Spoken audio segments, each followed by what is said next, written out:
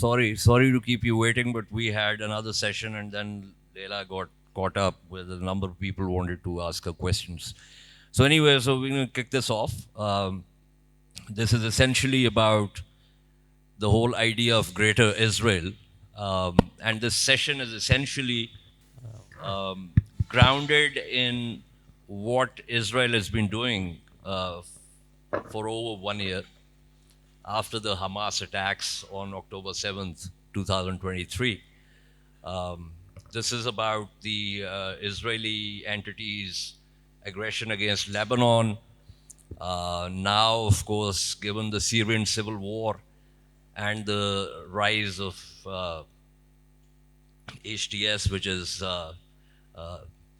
Tahrir al-Sham, and the Israelis actually moving in, occupying the buffer zone and going further towards the Syrian side of Mount Hermon. They are basically about 22 kilometers. They are overlooking Damascus. They can use medium range artillery to hit Damascus. They have been constantly, as HTS started moving from Idlib and Homs and Hums to Damascus, the Israelis mounted, according to their own estimates, the biggest aerial operation in Israeli entities' history. And they had over 800 sorties, attack sorties, which they sent in to take out any and everything related to military infrastructure and military assets in Syria. So, as we speak, Syria currently has zero military capability as far as military bases are concerned, naval bases are concerned. They attacked the naval bases in Tartus and Al-Latakia, and similarly air bases, tanks, artillery, missile batteries, etc., etc. So the idea was to get Leila.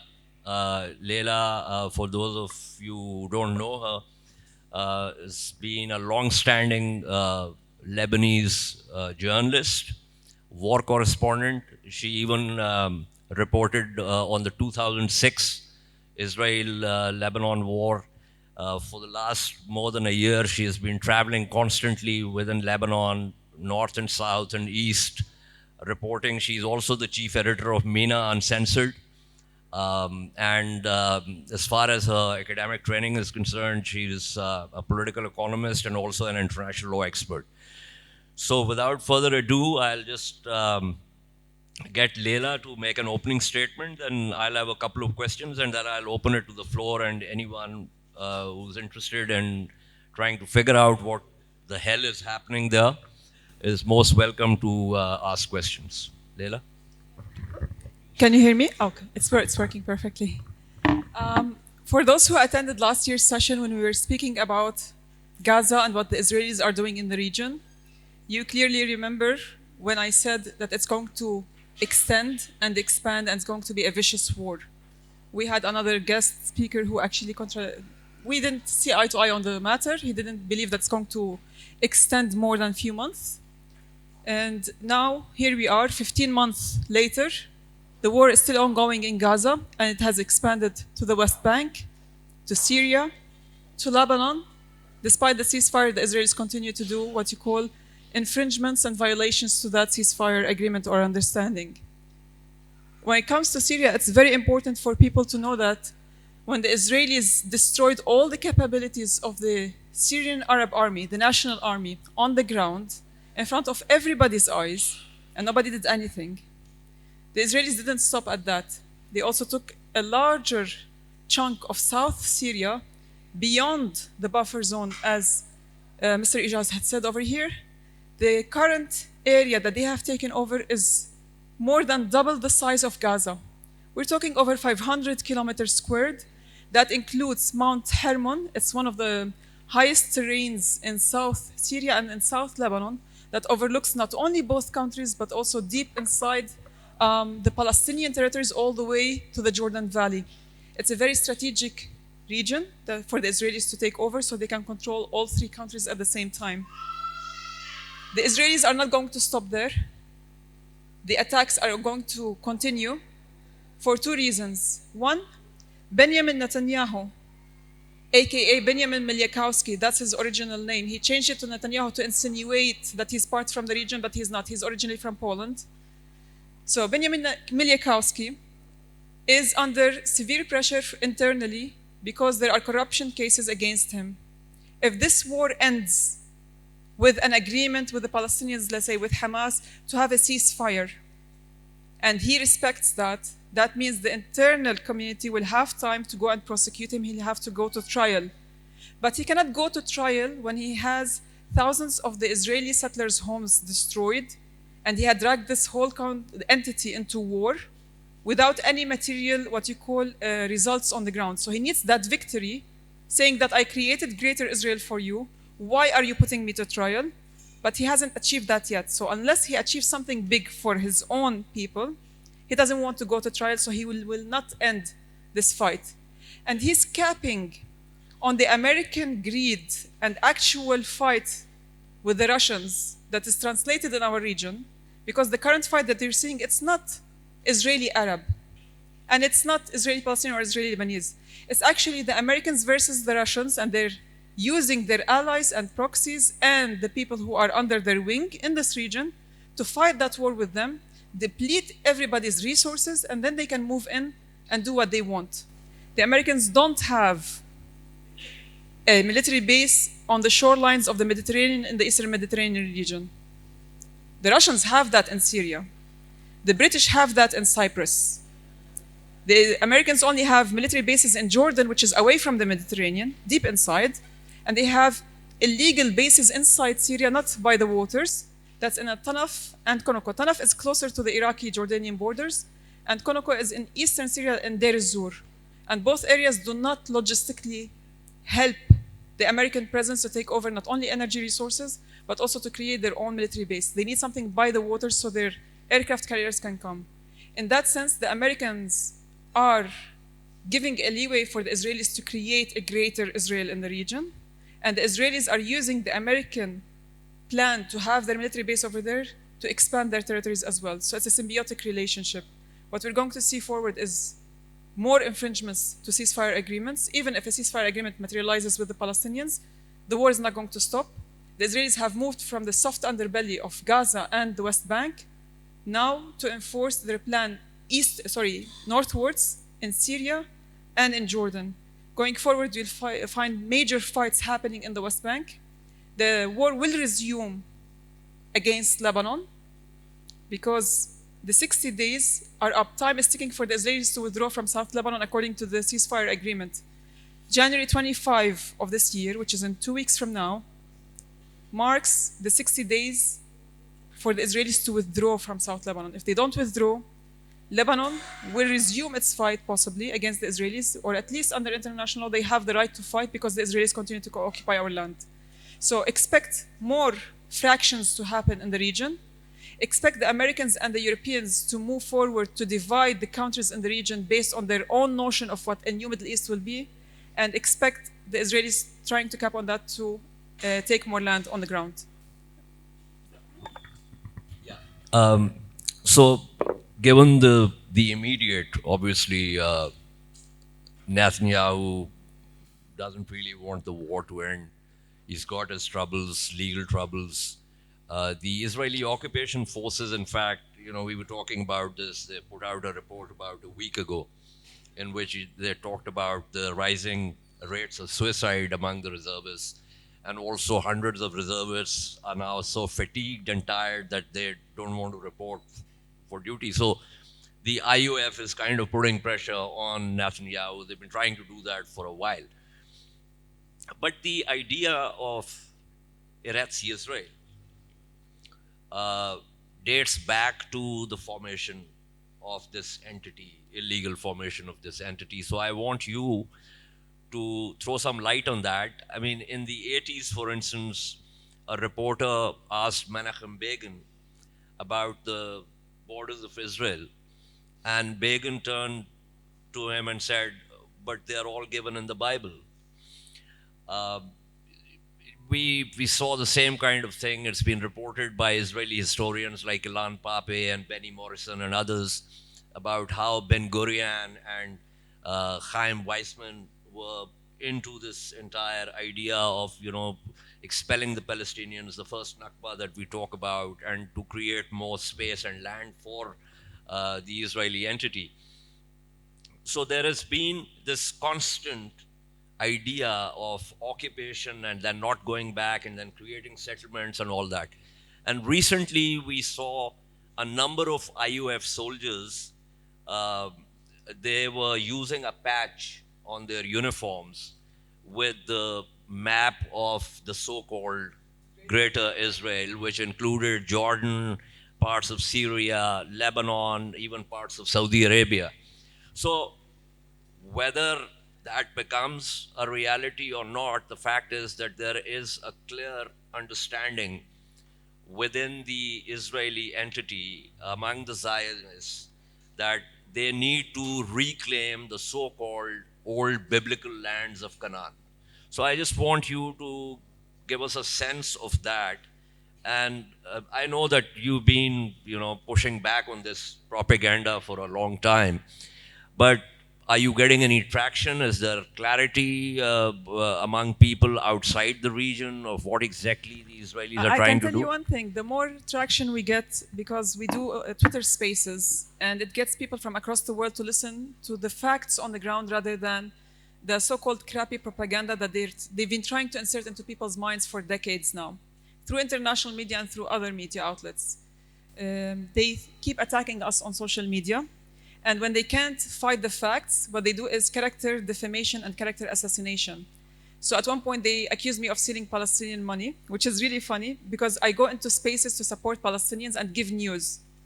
And those spaces, basically, people are collecting money to help Palestinians on the ground, right? I'm not the one collecting the money. I'm only going in to give news and correct the narrative. And they tried to do it several times, and eventually they sounded like stupid, going from one space to another trying to say that. And it's like, give us proof. Give me a proof that I actually took a single dime, and they couldn't. And that's the funny part. It's only verbal accusations. So every single time somebody brings an accusation to you, ask them for proof. Talk is cheap. You just need proof. And luckily, I studied law. So I can defend myself. But there are other people who are very weak. They don't want to fight. And when they see like 5, 6 people swarming you, they will actually believe the collective rather than the individual. But I mean, most of you over here are Muslims. And even in Christianity, it is. Don't fear the path of righteousness if you're walking there alone. If the whole society is saying one thing, but you're convinced that what you're doing is right, that doesn't mean that the whole collective society is right at any point. So I want to ask you one thing. Who here believes that the Israelis were promised a piece of land by God and that they should have it, and that piece of land is Palestine? In any of the Torah, Pentateuch, the Quran, etc. Okay, great. Because in other places, sometimes people would raise their hands because they read it in some religious text. Let me explain it from a Christian perspective, Jewish perspective, from Islamic perspective, so we can move forward when we talk about the maps. This is very important. We start with David Gruen, who changed his last name to David Ben Gurion, who became the prime minister of the Israeli entity. And he was a wanted terrorist by the British, by the way, because he was part of the terrorist groups on the ground, killing British and Palestinians.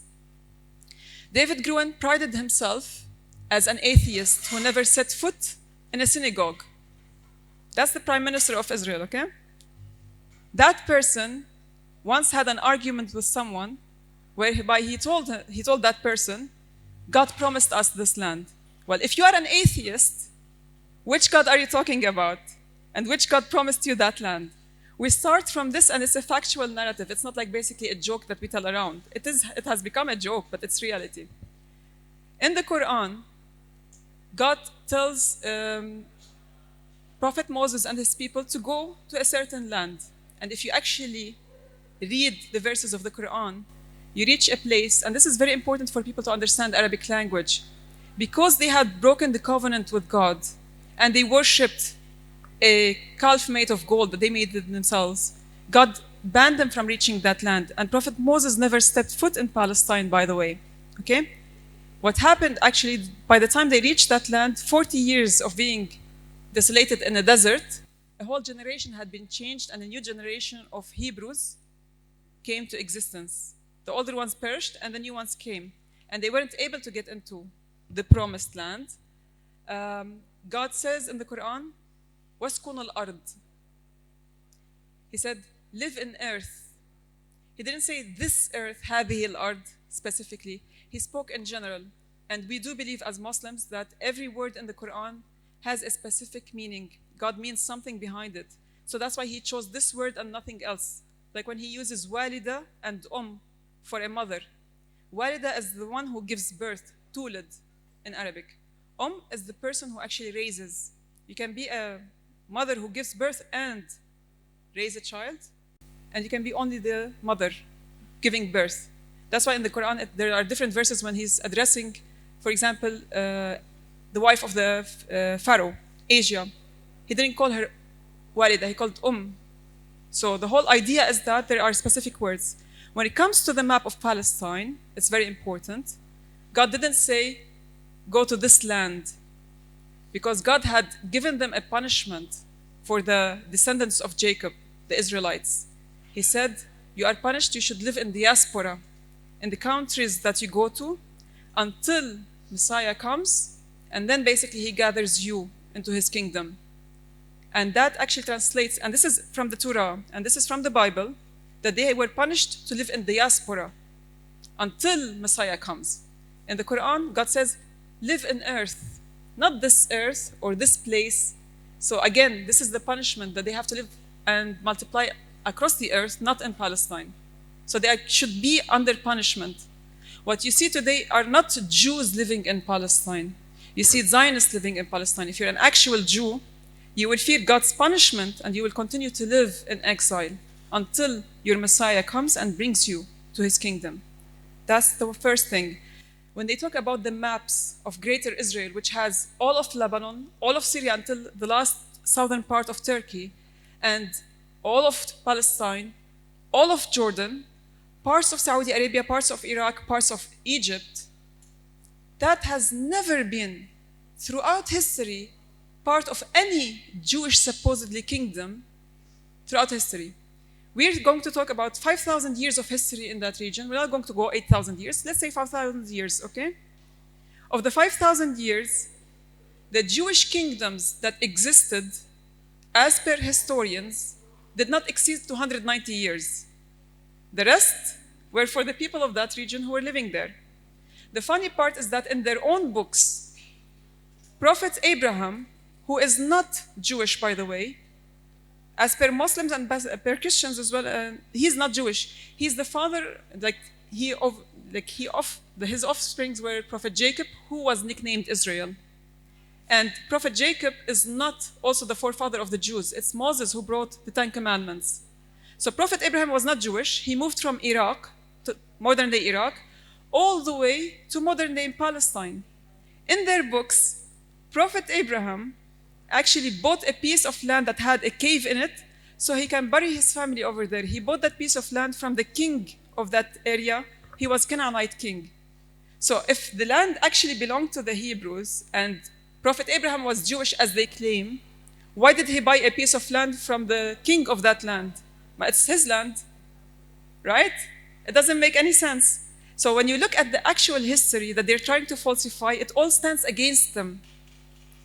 We come to something that they had posted recently.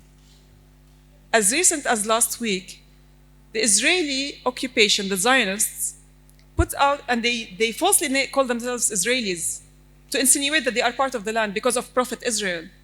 But they're actually white Europeans who converted to Judaism, Ashkenazis. You have the Sephardim who came from Minor Asia and other parts, and then you have the actual Jews of the land, the Samaritans, who are Palestinian Jews who continue to live in Palestine. These are the divisions of the Jews across the world. So they put out a falsified map that the Jewish kingdoms extended all the way to Sidon in Lebanon and Baalbek in Lebanon, which is 70 kilometers deep into Lebanese territories, and into Syria and into Jordan. That angered the countries that I just mentioned. But anger alone does not help out. We need to fight that narrative. We need to counter it. And countering that narrative is the easiest thing. The Israelis, every single time they go into Lebanon, they steal artifacts and relics from us. But it never ties them to history. right? Baalbek is a known, well-known, not only Phoenician city that extends thousands of years of age, but also it was part of the Roman Empire where the Romans built their temples. Nothing in that area insinuates Jewish culture or Old Hebrews culture. Not a single inscription. So for them to claim that this piece of land belonged to them and it was part of the kingdoms, we've done excavations for the past 100 years in Lebanon. There's nothing that proves that this part was Jewish or Israeli or whatever it is. And the other part I'm going to use, and this is I'm going to, where to close it. I'm going to use their own words also against them. It's very important for you to read their books.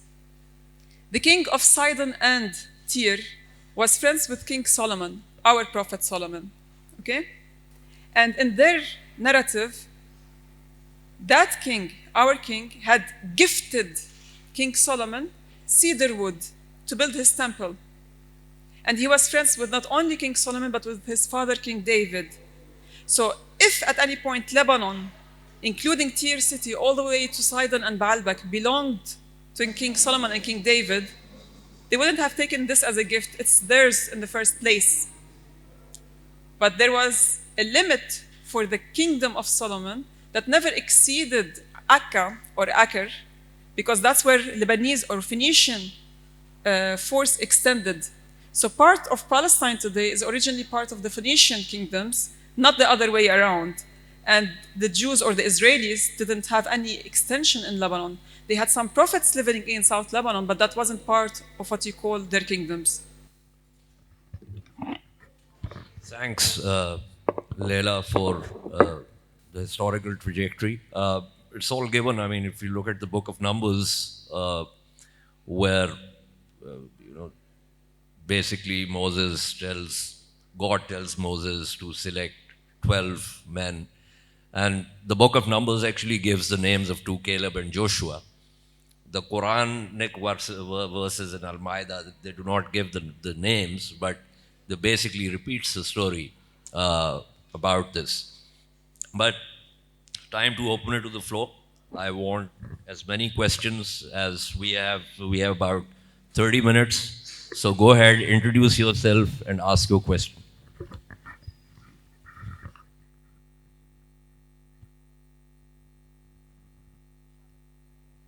Hello, my name is Umar Farooq. My question might be on the religious side and what might one believe. The Prophet Muhammad told us that the greater Israel will happen. And although the Muslim leaders are doing no effort to fight this, and no individualist movement is being done by the common Muslims also since 1947. But even if significant efforts were being done, would we have been able to restrict Israel, although it will help the people directly suffering? Thank you.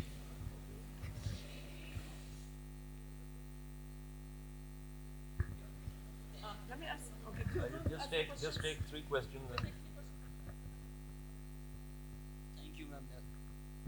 Thank you, Ma'am Leila. I have a question that the devastation and catastrophe in the Middle East have been witnessed to all the Muslim world. Then what is the genuine reason and rational reason behind Muslim hypocrisy?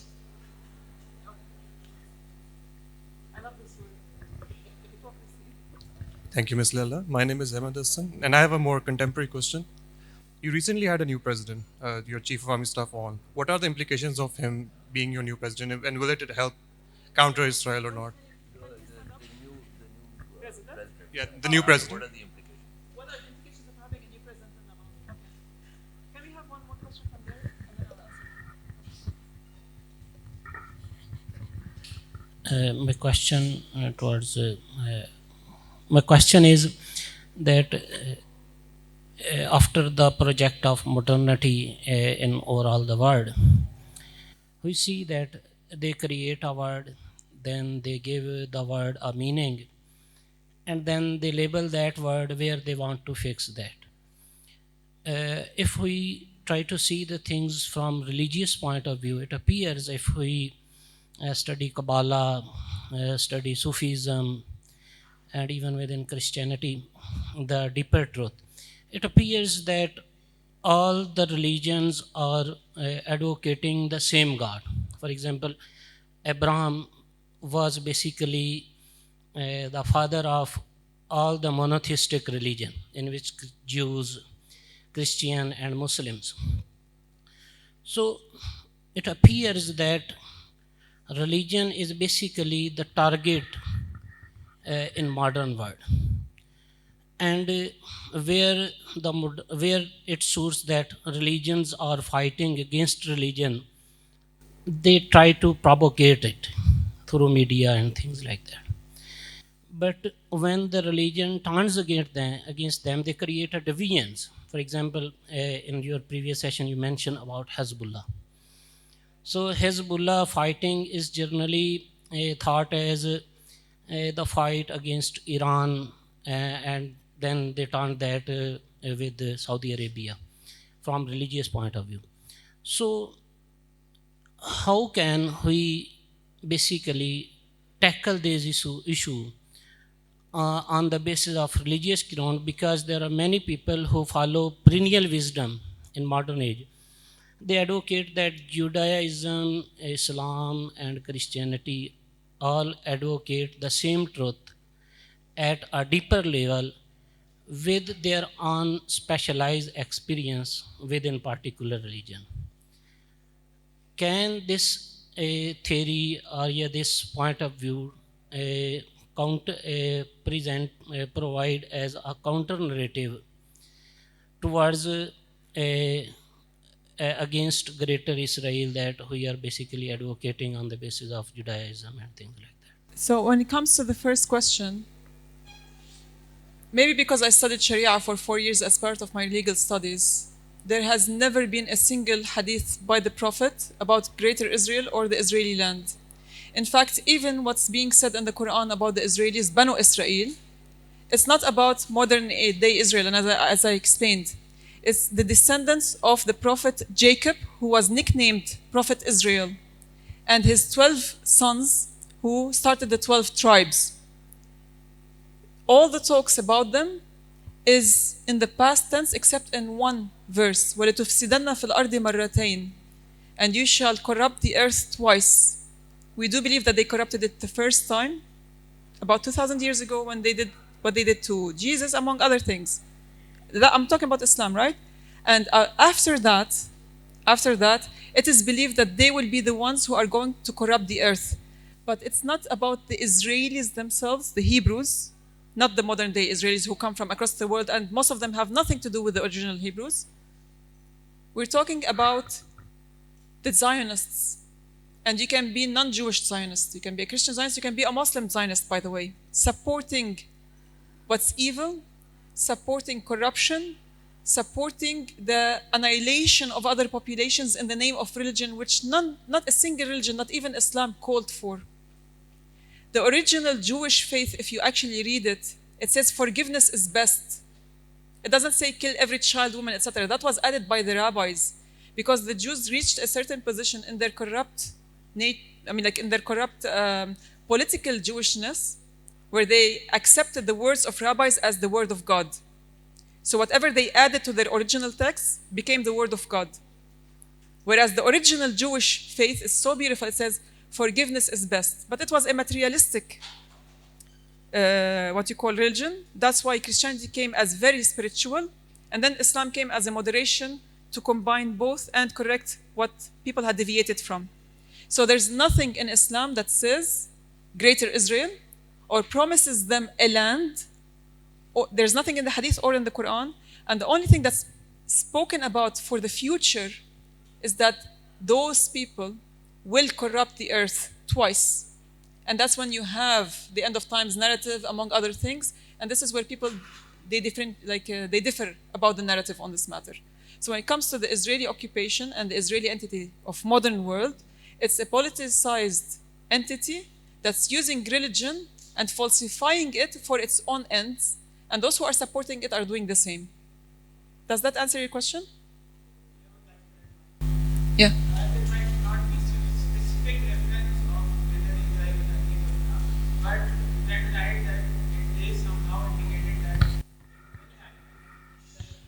There's not a single place in the Quran or in the Hadith that speaks about that. You talking about certain traditions in eschatology. you know, end times, but they're not proven. They're not proven So by when I say anything. hadith, it's like there are lots of basically words that were said by the Prophet, and then you had scholars throughout the past 1400 years looking into those hadith and saying this is weak, this is true, he said it, and this one he never said it because it also contradicts with the Quran, right? So when I say that there's not a single hadith by the Prophet that all the major sects in Islam have agreed on and all the scholars have agreed on, to say that, for example, the Israelis will have greater Israel. No.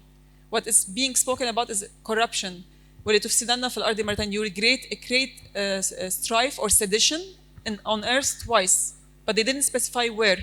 When it comes to the promised land, there's nothing in the Quran that speaks about it as Palestine. Palestine was never mentioned in the Quran. Even Jerusalem was never mentioned. By the way, it's not called Jerusalem. In the Aramaic words, it's Orshalim or Orshalim. The Zionists changed it into Jerusalem long time ago. The Christian Zionists before, because Christian Zionism came before Jewish Zionism, to insinuate that it was Jewish, but it is not. The original tribe that founded Orshalim were the Yabus, who came from the Arab Peninsula few thousand years ago, and they settled in that land for the longest time. So if we want to talk about the original people who owned the land, it's actually the Arabs. Let's not kid ourselves. You go into it. Yabus, Y-A-B-O-O-S. Go search for that. That tribe came and settled over there. And from there you had the descendants, the Canaanites, among the Phoenicians, among others. They were all Semitic. They're all descendants of Sam, son of Noah. And they all lived in that land. The funny part is that today, Israelis, there was a DNA study that was done several decades ago. And that's the funny part. It found out that 98% of modern day Israelis have zero DNA ties to the region. But over 90% of the Palestinians do have ties to the region, which means they could have been Jewish or Christian 2,000 years ago, and then they converted to Islam. But they stayed in their own land. People change religions, but they don't necessarily change their countries. Whereas the Ashkenazis, the white European Jews, they came from Europe. They are the descendants of Ashkenaz according to their own rabbis. He's not Sam, son of Noah. He's Ashkenaz, one of the descendants. So they're not Semitic by nature, they're white. And that's why they fry under our Mediterranean sun. If you put them under our sun, they burn. They don't tan. We tan as Mediterranean. And that's the funny part. This actually proves that their DNA is not from the region. This is why the Israelis, the Israeli entity, bans DNA testing in Israel. Because it was proven that 98% of them don't belong to the region. So neither in the eschatology nor in the religious books that this land was promised to them and it's for them, from the Islamic perspective. Now, the second question was by you. If you just remind me, what was it? No, the president was him. Yeah. Yeah. The reason behind Muslim hypocrisy is not about the population itself as much as it's about leaders. We have 57 Islamic countries under the Organization of Islamic Countries, OIC. And not a single one of them is brave enough to tell the US and its allies, no, enough is enough. True Islam is about seeing something that's wrong and you're trying to change it by action. If you cannot change it by action, then by your words. This is what I'm doing. I'm not allowed to hold arms and fight. So I tell the world what facts are on the ground. And the third thing, if you can't do it by action or by words, change it in your heart by prayer and So I'm going to be kind of nice to those 57 heads of Islamic states, and I'm going to say that they're praying. I'm not going to say they're hypocrite or they're cowards. I'm going to say that, or culprits, they're praying. They're weak. That's the only thing I can say. But if I want to be very frank, they are hypocrites, and some of them are benefiting from this bloodshed, and some of them are trying to advance their own agenda on the souls that have been martyred in our region. Claim that they are benefiting from the building. Can you please define it any sounds? They are what? Can you please define any statement that they are benefiting from building? Benefit. Muslims are. Yeah, they're benefiting on the back of the souls that have been martyred. So they have alliances with the Israelis, they have alliances with the Americans, they have alliances with the British, they do trade with them. I'll give you an example. One of the OIC countries is Turkey, led by Erdogan. Erdogan supports the Muslim Brotherhood. But they call themselves the Muslim Brotherhood, Islam. His wife is basically wearing the hijab, and he broke the norms with his wife when he first came into power. He keeps crying over Palestine, and he keeps sending perishables, among other goods, to the Israeli entity. His son Bilal actually runs the oil tankers that take energy from Turkey to the Israeli entity until today. That energy comes from Russia and Azerbaijan to Turkey, and then they are shipped by tankers from Turkey to the Israeli entity. If he cared 1 ounce of the Palestinians, he would cut off that oil, which represents 70% of the Israeli need of energy. He didn't do that. Why? Because one, his family is benefiting financially. Two, his country now can tell the Israelis and the US, you owe us.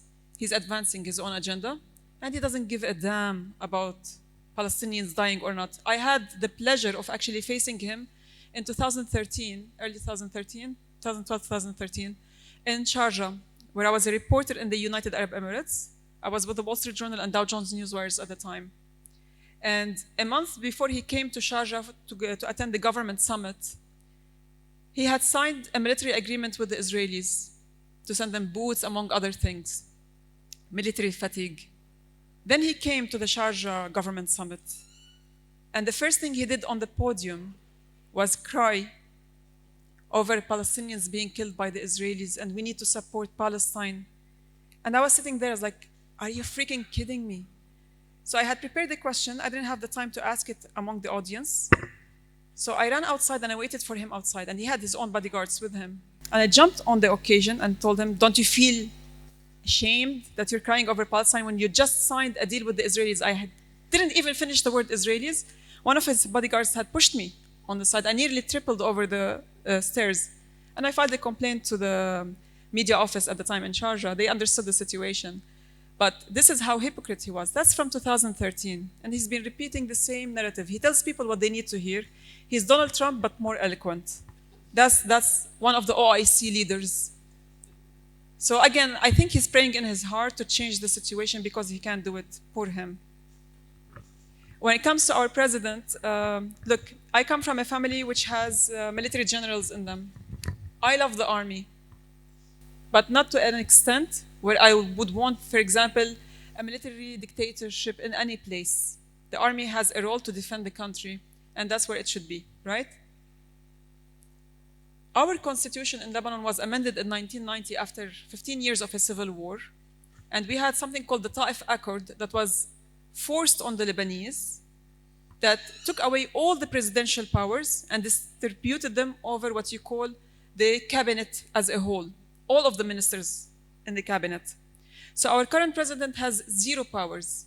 Even if he wants to do something, the only thing he can do is derail the passing of, let's say, a decree or a law for 15 days. After that, it passes, with him or without him. The difference is that the current president, who's an army commander, comes from South Lebanon. He's a Christian Maronite. And this actually supports the narrative that I was telling you about. People in the former session, people from South Lebanon are not all Muslims, and they're not all Shia. The international media wants you to believe that South Lebanon is only Shia Muslim, so you shouldn't be caring about them. They are infidels. This is not true. Muslims are Muslims. Doesn't matter if you're Shia or Sunni. People of South Lebanon come from all religions. So the president has two things going for him. One, he understands the terrain very well, and he understands what an Israeli occupation is. And the fact that he's an former army commander, he knows the needs of the nation. And two, the Americans are okay with him as well as the Saudis. That means the two largest powers in the region and across the world supported him coming into power, which means if he wants to do something in the future, they will support it to succeed, so they can tell the people, look, you had the best choice. So I am optimistic on that matter, but not optimistic on the on the internal matter when it comes to Lebanon. When it comes to all of Lebanon and the region, we are heading towards further wars because of the Israeli occupation. So long that you have an occupation, you will always have wars. You will always have somebody who will stand up and say, I don't want somebody to occupy my land, I want to fight it. And under international law, they have the right to do so. Does that answer your question? Great. So the last one is basically politicizing religion. Not only the Zionists use Judaism for their own benefit and they change the narrative. They don't rely on the actual teachings of Judaism. Same thing goes for Muslims. Same thing goes for Christians. When they become in power and they have an agenda to enforce, if they cannot convince the people, they will use religion to force it on them. Because if you go and say like, no, no, no, they will call you an infidel. But that's what religion says. You have to accept it as is. So the whole point is behind all of that. How we can counter it is continue to you call control and rectify the narrative. If you know the truth, say it. Liberate people from the misconceptions they're receiving from these politicians and these media outlets. This is the only way that you can do it as an individual. On the collective, you'll have lots of people helping you out, and you will spread the good word. There's, I think, one thing needs to be cleared up. Leila has actually referred to it in passing. The Zionist entity and the Jews, Judaism as a religion, or the followers of Judaism, and the Zionists have to be differentiated. Leila mentioned Ben Gurion, who was an atheist. So was the so called father of modern Israel, Theodor Herzl. Herzl did not believe in Judaism. He probably never went to a synagogue, died of an STD in Vienna. A number of rabbis were opposed for religious reasons to create the entity of Israel because they thought that religiously speaking, theologically speaking, from a Judaism point of view, you cannot expedite the idea of the return of the Messiah. But then there were others, like Kalishta and a couple of others, who came up with this novel exegesis that there is this where you can begin with the house of Joseph, which will then go to the house of David. I mean, I don't want to go into the details of that, but the point really is that this settler colonial, Israeli Zionist entity has no roots in Judaism. But they, of course, use Judaism or some of the sayings as markers to identify and to create a certain kind of Zionist nationalism. So, I mean, now, of course, the left in Israel is almost nothing is left of it. Most of it is the right or the ultra orthodox or the ultra right. But even the liberal progressives were Zionists. Whether it was Shamir, whether it was Rabin, who 29 days before he was killed, when he spoke to Knesset for the ratification of Oslo II, if you go and his speech is online, if you go and read that text, he's not talking about a sovereign Palestinian entity. He's talking about an authority with administrative control and the idea of peace. So this entire project is basically a modern project grounded in the idea of Holy Land and settling essentially Europe's Jewish question. So these are the nuances that one has to understand in order to actually understand what the hell is going on here since 1948. Since before that. Yeah, since before that. There are lots of things after that people don't understand, that the first Jewish settlers, Zionist settlers, not Jewish settlers, came into Palestine during the Ottoman Empire, and they tried to create their own settlements in the 1800s. The first ones came in the 1830s. The first settlements were created in the 1872 against the laws at the time, because the Sultan, the Ottoman Sultan at the time, he had noticed that there was a plan to take chunks of Palestine. So what he did is that he issued a decree that the Jews coming from Europe have no right to settle and create their own settlements in Palestine, especially in Jerusalem. So he declared all of Jerusalem and the Palestinian lands as lands belonging to the crown. I mean, like the Sultanate, right? And for the Jews who used to come to Palestine, they can only come for pilgrimage, but not to settle over there. And if they want to visit, they have to hand over their passports at the border and get a pink slip for that passport. And they can only retrieve their passports by producing that pink slip. The funny part is that because they had been organized, well organized, those Zionists, they used to hand over their passports, go inside, tear the pink slip, and then find a remote area where nobody can find them and create a small settlement. Some of those settlements killed and driven away Palestinian farmers from their own land. So they did it by terrorizing. When they couldn't do it by terrorizing, they actually bought the land through an alias or through a mediator, usually an Arab or somebody else. And then they claim that, oh, we own the land, so we're sitting there, we're putting a house. And then it increases and increases and gets larger. And this is how they started from the 1800s. And you have to understand, why is it not part of religion? Let me tell you. Until 1975, most of the Jews across the world did not believe in having a state of their own because it contradicts Judaism. That's why there was a United Nations General Assembly decision that was made at the time that says Zionism is a form of racism and it has nothing to do with Judaism. The United Nations abolished that in 1992 under US pressure because the Israelis refused to go to the Madrid negotiations or be part of it unless that UN decision is abolished. So the world Jewry, who worked against the creation of the Israeli entity, back in the 70s they were strong, in the 1990s they had lost that. The resolution was abolished. Even Einstein was basically against the Jewish nation because it's against their own religion. Yeah, we have time only for one quick question. I'll answer you outside, yeah? Give it to him. I'll speak to you outside. Okay.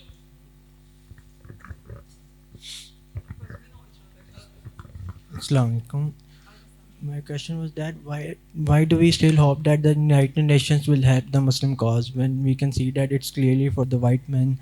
If you're a bit chocolatey or your name is Abdullah or Abdurrahman, it's okay to kill you. Sorry, can you say it in Urdu and translate? हम United Nations पे उम्मीद क्यों लगाते हैं कि वो हमारी मदद करेगा, हालांकि वाइट जो भी यूरोप से है वो कानून खुद बनाता है, तोड़ता है, और अगर आप थोड़े ब्राउन आपकी रंगत है या आपका नाम अब्दुर्रहमान या अब्दुल्ला है तो आपको मारना सही है. तो Why is the UN going to help us?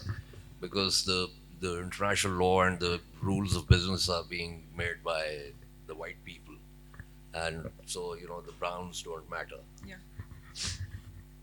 Anything that's not white, not Israeli, doesn't matter.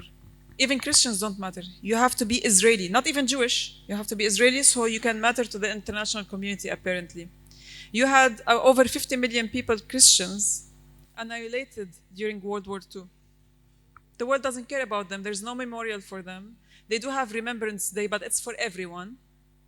But there's the Holocaust, which was proven by numbers, according to the French thinker Roger Garaudy, that it didn't happen in the scale and in the mass that they are trying to claim. 6 million Jews.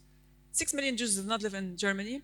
Some of them turned out to be living, they had fled to Europe and to other European countries and Latin America, among other countries. And that number was scratched from 6 million to 4 million, then scratched down to 1 million. And when they filed a lawsuit of anti-Semitism against and Holocaust denial against Roger Garaudy, they brought back the number 6 million. It's always 6 million, 600,000, 6 people, 61, it's always 6 for them. Sometimes I do believe that it's connected to the 666, which is the devil, but that's a conspiracy theory, okay? I'm not going to go into conspiracy theories anymore, despite the fact that conspiracy theories have turned out to be more true than truth itself. So the United Nations will not help you unless you help yourself. This is what God tells you in Islam. God tells you, help yourself first. أعقل وتوكل. You know the story of the prophet and the camel that got lost in the desert with the Arabian? Okay. So, had you tied that camel, it wouldn't have fled. Not tying the camel and praying to God that it wouldn't flee will not help you. The camel will run away. But tying the camel and then praying to God, then God will come and help you. You need to move off your chair so action will happen. If you sit and wait, nobody's going to come to help you. So for me, when I look at the United Nations, and I was part of UNIFIL, United Nations Interim Forces in South Lebanon, in 2007, when we were attacked several times and we had a number of our soldiers killed, the Spanish battalion and the Italian battalion, they were basically had bombs put against them on the road where they used to commute. And I worked with the United Nations Office for Coordination of Humanitarian Affairs, UN OCHA, during the 2006 Israeli aggression on Lebanon, which I covered for the longest time as well, throughout the 2 months as a reporter also. So the United Nations doesn't care politically because it is shackled by the veto power. You have 5 big nations who control all the decision making in the UN. It's like a bazaar over there. The only way for you as Islamic countries or Arab countries or whatever to do something is if you unite and you cut off resources or trade with these nations. So the Americans rely on Arab markets and Islamic markets. Imagine 57 states cutting off trade ties with the Americans and with the Europeans. What will happen? The moment you target their pockets, and I'm saying it as a macroeconomist, they will come and say, please. And I will say one last example to that because I witnessed it. 11 years ago, I was the only reporter who managed to find her way into the free trade agreement between the European Union and the GCC nations. On the level of ministers of foreign affairs, they were debating it. Catherine Ashton was leading the European bulk of states, and Prince Saud al-Faisal, before he had passed away, the longest serving Saudi foreign minister, was there. May his soul rest in peace. And the 6 GCC nation ministers were sitting there listening to the Europeans being so arrogant. We want you to implement human rights. You have human rights infringement. Otherwise, we will not sign this free trade agreement with you. And mind you, they've been discussing it for years. And every year, the Europeans would come with a different condition on them. No. We will not sign it because you are doing this and that. You need to change. Well, guess what happened 11 years ago? The whole world was coming out or emerging out of a financial crisis. The Europeans didn't have the cash, and all the cash was in the GCC. So the ministers were listening, they were taking notes, and once Catherine Ashton and the Austrians and the French finished talking, I remember the Omani Minister of Foreign Affairs at the time, Yusuf bin Alwi, I promise this is the last one, he actually, while seated, he didn't even stand up, he takes a pause and he says, well, you know something, you want money and we have the money. You have issues with human rights in Europe. You have issues with 1, 2, 3. We don't like what you're doing in this policy and that policy. If you need us, you need to change this and that. Otherwise, we are not going to sign this free trade agreement. We don't want it. In a single 1 minute, he annihilated 15 years of discussions that the Europeans had been dragging on. And I swear to God, I was sitting there and I looked at Catherine Ashton's face and she turned gray. And she was like, no, but she started stuttering. And she's like, we didn't mean it that way. It means that we need to have discussions. And he said, I didn't care. The moment you take action and you have support from your brothers, you will be able to impose what you need. And this is what we need today. Thank you, Leila, for a great discussion. Let's give her a big hand.